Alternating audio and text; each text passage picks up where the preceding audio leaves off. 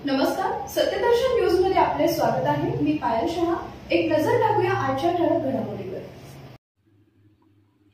छगन भुजबळ आणि देवेंद्र फडणवीसांचा एकाच गाडीनं प्रवास आणि चर्चेनं उधाण।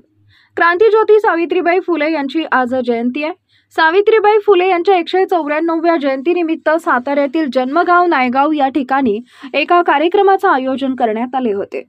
यावेळी कार्यकर्त्यांनी मोठ्या जल्लोषात नायगावच्या वेशीवर देवेंद्र फडणवीसांचं स्वागत केलं। यावेळी देवेंद्र फडणवीसांसोबत छगन भुजबळ, पंकजा मुंडे, मकरंद पाटील हे नेते उपस्थित होते। दरम्यान पुण्याजवळील चाकण इथं आज महात्मा ज्योतिराव फुले कृषी उत्पन्न बाजार समितीत महात्मा ज्योतिराव फुले आणि सावित्रीबाई फुले यांच्या पूर्णाकृती पुतळ्याचा अनावरण सोहळा आयोजित करण्यात आला होता। सावित्रीबाई फुले यांच्या जयंतीनिमित्त पुतळ्याचं अनावरण होत आहे। या कार्यक्रमासाठी छगन भुजबळ आणि शरद पवार हे एकाच मंचावर दिसणार होते।